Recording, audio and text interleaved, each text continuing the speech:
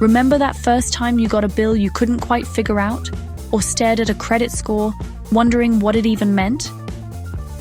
Let's be honest.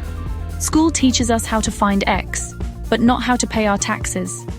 You can graduate with honors and still have no clue how credit works, how to invest, or how to manage your money. It's a system that prepares us for a diploma, but not for the real financial world. So today, we're throwing out the old playbook. I'm going to break down the fundamental money lessons that schools skip over, the very principles you need to understand to not just get by, but to actually build lasting generational wealth. It all starts with understanding how money flows you. Most people think making more money just means getting a better job with a higher salary. But the truth? Your income matters far more than your income. There are 3 main ways to make money, and the system is designed to favor some more than others. First, there's earned income. This is what schools prepare you for, trading your time for money. It's your salary, your wages, your bonus. It's active and it's limited by the hours you can work. Next is portfolio income, which comes from your investments. Think dividends from index funds or profits from selling stocks. This is your money making more money in the financial markets. And third, there's passive income. This is money you earn from assets you own that require minimal effort to maintain. Classic examples are rental income from a property you own or royalties from a book you wrote. The wealthy focus on growing their portfolio and passive income streams, money that works for them, even while they sleep. Understanding this distinction is the first step, because as we'll see next, not all income is taxed equally. Here's something wild. The tax system is fundamentally designed to reward investors and business owners far more than employees. It's a structural advantage that schools almost never teach, but understanding it is crucial for building wealth. Let's unpack that. As an employee earning $100,000, you're taxed first, leaving you with maybe $70,000 to live on. But as a business owner, you earn $100,000, then you spend on legitimate business expenses, and only then are you taxed on what's left.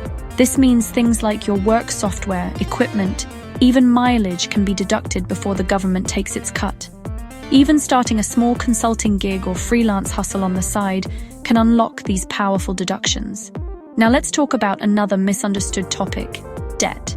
Debt isn't always a 4-letter word. There's good debt and there's bad debt. Bad debt buys liabilities and costs you money, like high-interest credit card debt for consumer goods or predatory payday loans. Good debt, on the other hand, helps you acquire an asset or increase your income. Think of a fixed-rate mortgage for a rental property or a low-rate student loan for a degree that dramatically boosts your earning potential. Using debt strategically is how the wealthy get ahead. Investing isn't just for the rich, it's how people become rich. It's about time in the market, not timing it. If you invest $200 a month starting at age 20, you could retire a millionaire, thanks to compound interest. The earlier you start, the less you need to invest later. The biggest money lesson schools miss? Your mindset.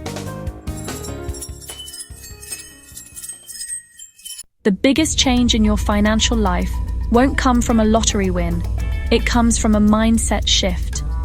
If you see money as something to spend, you'll always be broke. But if you see it as a tool to grow, through investing, learning, and creating, you'll build freedom, not just income. This is the fundamental shift that separates the wealthy from the perpetually worried.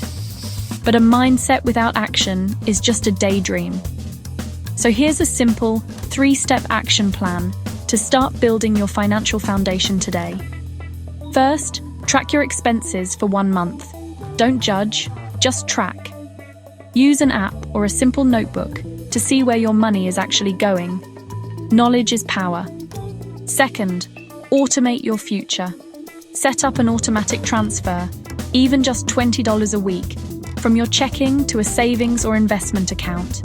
This removes willpower from the equation. Third, Commit to learning about taxes for just 15 minutes a week. Read an article, watch a video, demystify the system, and you'll find opportunities. If this video gave you the clarity you've been looking for, do me a favor. Hit that like button, subscribe for more no-nonsense financial guides, and share this with someone who needs a wake-up call. Now, I want to hear from you. Based on what you've learned, tell me in the comments.